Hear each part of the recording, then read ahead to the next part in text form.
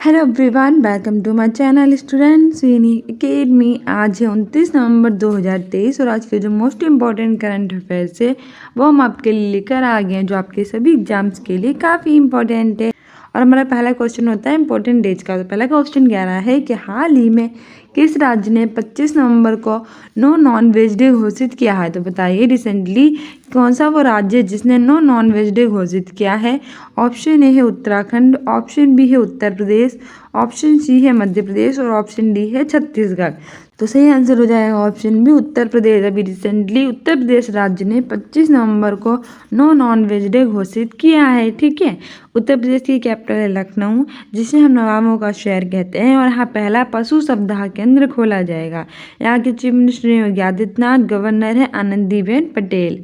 ठीक है, और यहाँ टोटल जिले हैं 75 और 75 जिले में रिसेंटली इसके बरेली जिला स्मार्ट कक्षाएं प्रदान करने वाला उत्तर प्रदेश का पहला जिला बन गया है। और इसके वाराणसी जिले में अंतर्राष्ट्रीय क्रिकेट स्टेडियम का शिलान्यास किया जाएगा। ये भी याद रखना एग्जाम्स के लिए इंपॉर्टेंट है।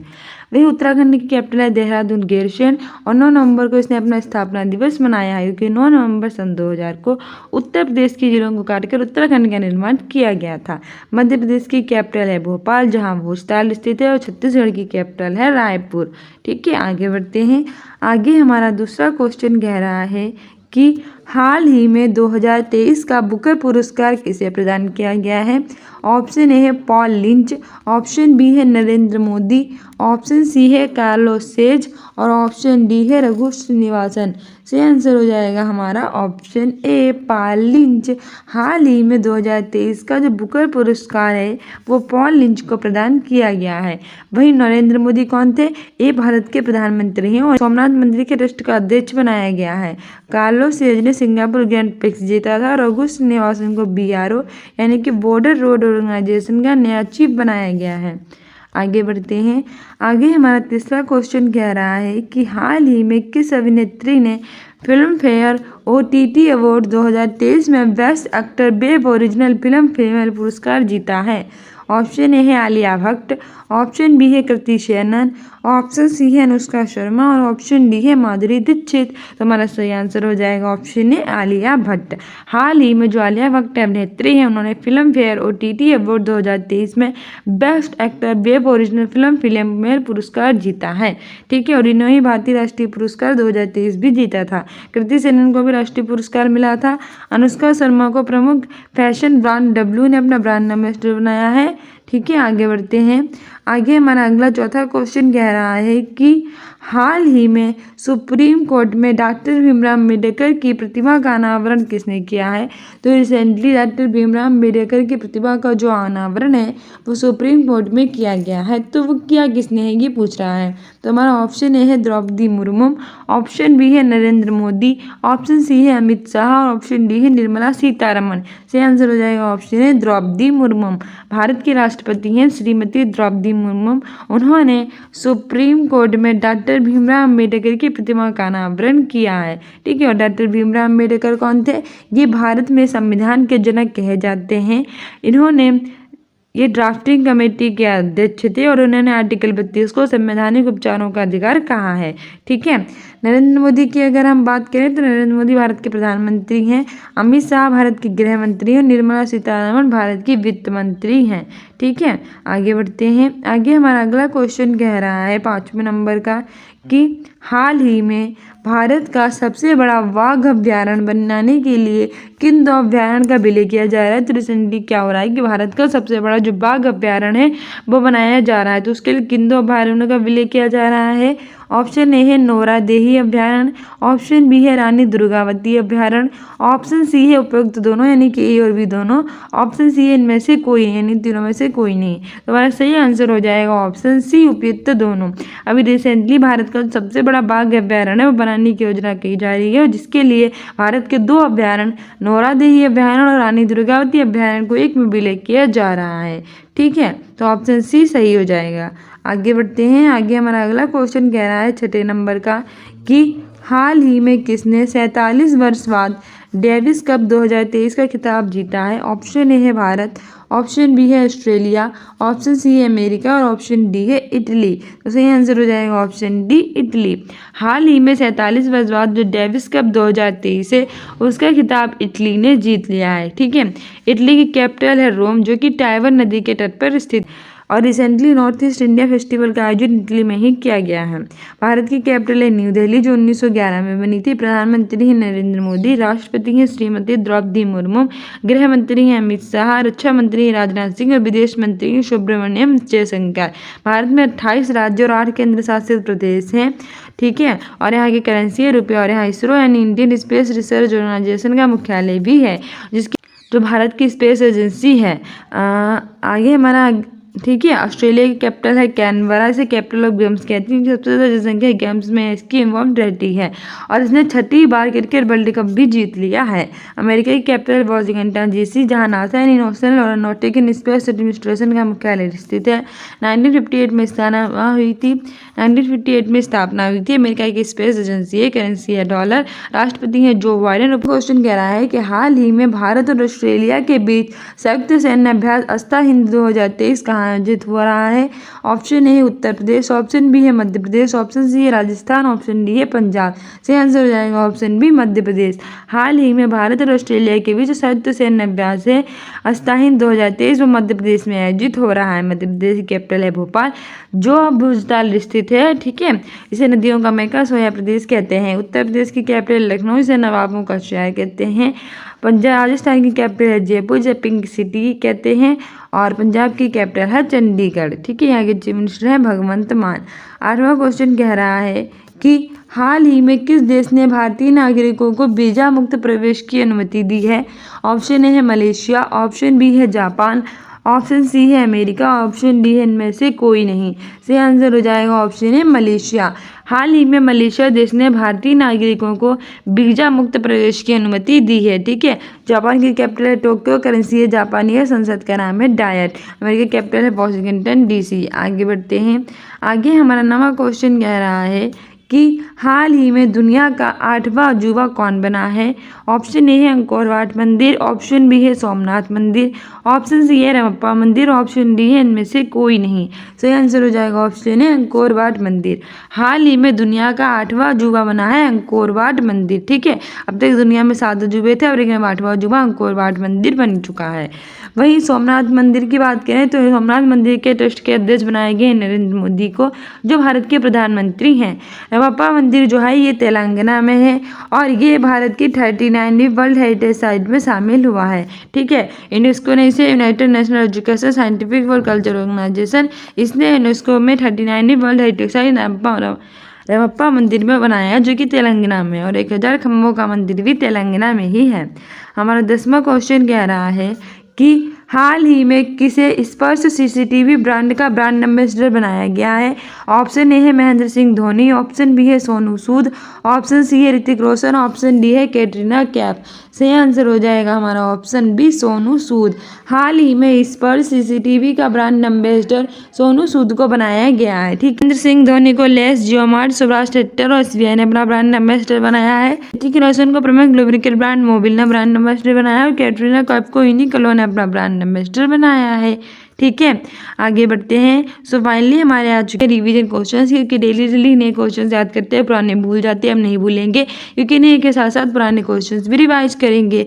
हमारा पहला रिवीजन क्वेश्चन कह रहा है कि हाल ही में 21 नवंबर को कौन सा दिन मनाया गया? ऑप्शन ए है विश्व टेलीविजन दिवस, ऑप्शन बी है विश्व हेलो दिवस, ऑप्शन सी है विश्व मत्स्य पालन दिवस, ऑप्शन डी है उपयुक्त सभी। हम डेली इंपॉर्टेंट डे से क्वेश्चन ले लेते हैं जिससे आप एग्जाम में बेटर कर सके, मोस्ट इम्पोर्टेंट है। तो हमारा सही आंसर हो जाएगा ऑप्शन डी उपयुक्त सभी। हाल ही में 21 नवंबर को विश्व टेलीविजन दिवस, विश्व हेलो दिवस, विश्व मत्स्य पालन दिवस ये तीनों सेलिब्रेट किए गए हैं। ठीक है, आगे बढ़ते हैं। आगे हमारा दूसरा क्वेश्चन कह रहा है कि हाल ही में 6 बार क्रिकेट वर्ल्ड कप जीतने वाला पहला देश कौन बना है? ऑप्शन ए है ऑस्ट्रेलिया, ऑप्शन बी है भारत, ऑप्शन सी है इंग्लैंड, ऑप्शन डी है पाकिस्तान। सही आंसर हो जाएगा ऑप्शन ए ऑस्ट्रेलिया। हाल ही में जो 6 बार क्रिकेट वर्ल्ड कप है वो ऑस्ट्रेलिया ने 6ठी बार जीत लिया है, ठीक है, और पहला देश 6 बार जीतने वाला बन गया है। ऑस्ट्रेलिया की कैपिटल है कैनबरा। इसे कैपिटल ऑफ गेम्स कहते हैं क्योंकि इसकी सबसे ज़्यादा जनसंख्या जो होती है वो गेम्स में इन्वॉल्व रहती है, ठीक है। भारत की बात करें तो भारत की कैपिटल है न्यू दिल्ली। 1911 में इसकी स्थापना हुई थी। यहाँ के प्रधानमंत्री हैं नरेंद्र मोदी, राष्ट्रपति हैं श्रीमती द्रौपदी मुर्मू। यहाँ 28 राज्य और 8 केंद्र शासित प्रदेश हैं। और जो फाइनल मैच था वो भारत और ऑस्ट्रेलिया के बीच में हुआ था, ये भी याद रखना, क्योंकि पूछ लेता है कि उपविजेता कौन है, तो विजेता भारत है और विजेता ऑस्ट्रेलिया है, ठीक है। पाकिस्तान की कैपिटल है इस्लामाबाद, करेंसी है रुपया। आगे बढ़ते हैं। आगे हमारा तीसरा क्वेश्चन कह रहा है कि हाल ही में किस राज्य में 54वां भारतीय अंतर्राष्ट्रीय फिल्म महोत्सव आयोजित किया गया है। ऑप्शन ए है उत्तर प्रदेश, ऑप्शन बी है गोवा, ऑप्शन सी है उत्तराखंड, ऑप्शन डी है हिमाचल प्रदेश। सही आंसर हमारा हो जाएगा हाल ही में 54वां जो भारतीय अंतर्राष्ट्रीय फिल्म महोत्सव है वो गोवा में आयोजित किया गया है, ठीक है। ऑप्शन बी सही हो जाएगा। गोवा की कैपिटल है पणजी और गोवा में ही जो 54 नंबर का, कभी कभी नंबर पूछ लेते तो नंबर याद रखना, 54वां भारतीय अंतर्राष्ट्रीय फिल्म महोत्सव आयोजित किया गया है, ठीक है। ऑप्शन बी सही हो जाएगा। वहीं उत्तर प्रदेश की कैपिटल है लखनऊ। इसे नवाबों का शहर कहते हैं और लखनऊ में ही पहला पशु सप्ताह केंद्र खोला जाएगा। वहीं उत्तर प्रदेश में टोटल 75 जिले हैं और रिसेंटली इसके बरेली जिला स्मार्ट कक्षाएं प्रदान करने वाला उत्तर प्रदेश का पहला जिला बन गया है। और इसके वाराणसी जिले में अंतर्राष्ट्रीय क्रिकेट स्टेडियम का शिलान्यास किया जाएगा, ठीक है। एग्जाम्स के लिए इंपॉर्टेंट है, याद रखना। उत्तर प्रदेश के चीफ मिनिस्टर हैं योगी आदित्यनाथ, गवर्नर है आनंदीबेन पटेल। यहाँ लोकसभा की 80 सीटें हैं, राज्यसभा की 31 सीटें हैं। यहाँ का राजकीय पुष्प है पलाश, राजकीय वृक्ष है अशोक, का नया राजकीय जलजीव घोषित किया गया है गंगा डॉल्फिन। उत्तराखंड की कैपिटल है देहरादून और गेरशण। यहाँ माना दर्रा डिप्लोक दर्रा स्थित है और रिसेंटली 9 नवंबर को इससे स्थापना दिवस मनाया गया क्योंकि 9 नवंबर सन 2000 को उत्तर प्रदेश के जिलों को काटकर उत्तराखंड का निर्माण किया गया था। वहीं हिमाचल प्रदेश की कैपिटल है शिमला और धर्मशाला। आगे बढ़ते हैं। आगे हमारा चौथा क्वेश्चन कह रहा है कि हाल ही में लॉस वेगास ग्रैंड प्रिक्स 2023 किसने जीता है। मोस्ट इम्पॉर्टेंट है। ऑप्शन ए है नोवाक जोकोविच, ऑप्शन बी है मैक्स वर्स्टेपन, ऑप्शन सी है नीरज चोपड़ा, ऑप्शन डी है रघु श्रीनिवासन। सही आंसर हो जाएगा ऑप्शन बी मैक्स वर्स्टेपन। हाल ही में लॉस वेगास ग्रैंड प्रिक्स जो है वो मैक्स वर्स्टेपन ने जीत लिया है। वहीं नोवाक जोकोविच ने यूएस टेनिस ओपन में पुरुष एकल वर्ग का खिताब जीता था। नीरज चोपड़ा जेवेलिन थ्रो यानी भाला फेंक के खिलाड़ी हैं। इन्होंने 2020 के टोक्यो ओलंपिक में गोल्ड मेडल जीता था। इन्हें गोल्डन बॉय के नाम से जाना जाता है और हर साल 7 अगस्त को भाला फेंक दिवस भी मनाया जाता है। रघु श्रीनिवासन को BRO यानी कि बॉर्डर रोड ऑर्गेनाइजेशन का नया चीफ बनाया गया है। आगे बढ़ते हैं। आगे हमारा पांचवा और मोस्ट इम्पोर्टेंट क्वेश्चन कह रहा है कि हाल ही में असम के किस उत्पाद को GI टैग मिला है। तो बताइए रिसेंटली असम का वो कौन उत्पाद है जिसे GI टैग मिला है। ऑप्शन ए है चाकुआ चावल, ऑप्शन बी है नागर दुबरा चावल, ऑप्शन सी है बासमती चावल, ऑप्शन डी है मिर्चा चावल। सही आंसर हो जाएगा ऑप्शन ए चाकुआ चावल। अभी रिसेंटली असम के चाकुआ चावल को GI टैग मिला है। असम की कैपिटल है दिसपुर और रिसेंटली इसके चकुआ चावल को GI टैग मिला है। GI के बारे में क्या है इंपॉर्टेंट इन्फॉर्मेशन जल्दी जल्दी बताओ, हम डेली बताते हैं तो आपको पता ही होगा। GI की फुल फॉर्म होती है जियोग्राफिकल इंडिकेशन यानी कि भौगोलिक संकेतक। ये किसी विशेष क्षेत्र में विशेष वस्तुओं को प्रदान किया जाता है। 1999 का एक्ट है। सबसे पहले 2004 में पश्चिम बंगाल की दार्जिलिंग की चाय को मिला था और ये 10 वर्षों के लिए प्रदान किया जाता है। हमारे वाणिज्य और उद्योग मंत्री हैं, कौन है इसमें वाणिज्य और उद्योग मंत्री, one and only Piyush Goyal और उनके द्वारा ये प्रदान किया जाता है, ठीक है। वहीं नागर दुबरा चावल ये भी एग्जाम में पूछा गया था तो मैंने बताया था कि जो नागर दुबरा चावल हैं वो कहाँ के हैं, छत्तीसगढ़ के। और रिसेंटली छत्तीसगढ़ के नागर दुबरा चावल को भी GI टैग मिला है। मिर्चा चावल ये भी मोस्ट इम्पोर्टेंट है और बिहार शिक्षक भर्ती के लिए तो मोस्ट इम्पोर्टेंट है क्योंकि बिहार का ही है मिर्चा चावल जिसे रिसेंटली मिला है GI टैग। तो चौकुआ चावल है असम का, नागर दुबरा चावल है छत्तीसगढ़ का, मिर्चा चावल है बिहार का, ठीक है। आगे बढ़ते हैं। आगे हमारा अगला क्वेश्चन कह रहा है 6ठे नंबर का कि हाल ही में लुई फ्रीडेन किस देश के प्रधानमंत्री बने हैं? तो भैया जब भी नए प्रधानमंत्री बनते हैं तो पूछ लेते हैं, आजकल तो पता ही नहीं चलता कि एग्जाम में किस तरह का क्वेश्चन पूछ ले, तो इस तरह के क्वेश्चन पर भी ध्यान रखिए। ऑप्शन है लग्जमबर्ग, ऑप्शन बी है अमेरिका, ऑप्शन सी है भारत, ऑप्शन डी है ऑस्ट्रेलिया। सही आंसर हो जाएगा ऑप्शन है लग्जमबर्ग। अभी रिसेंटली लग्जमबर्ग के नए प्रधानमंत्री बने हैं लुई फ्रीडेन लग्जमबर्ग। ठीक है, फ्रीडम जैसे फ्रीडम मिलती है वो लग्जरी लाइफ जीता है, तो लुई फ्रीडेन है लग्जमबर्ग। अमेरिका की बात करें तो इसके राष्ट्रपति हैं जो बाइडेन, जो 2024 में गणतंत्र दिवस के अवसर पर भारत के मुख्य अतिथि रहेंगे, यानी कि ये कब आएंगे 26 जनवरी को। तो याद रखना भैया, पिछली बार जब आए थे हमारे 2023 में मिस्र के राष्ट्रपति अब्दुल फतेह अल सीसी, तो पूछा गया था इस बार 2024 में आएंगे अमेरिका के राष्ट्रपति जो बाइडेन, तो ये पूछा जा सकता है। ठीक है, और अमेरिका की कैपिटल है वॉशिंगटन DC, जहां नासा का मुख्यालय स्थित है।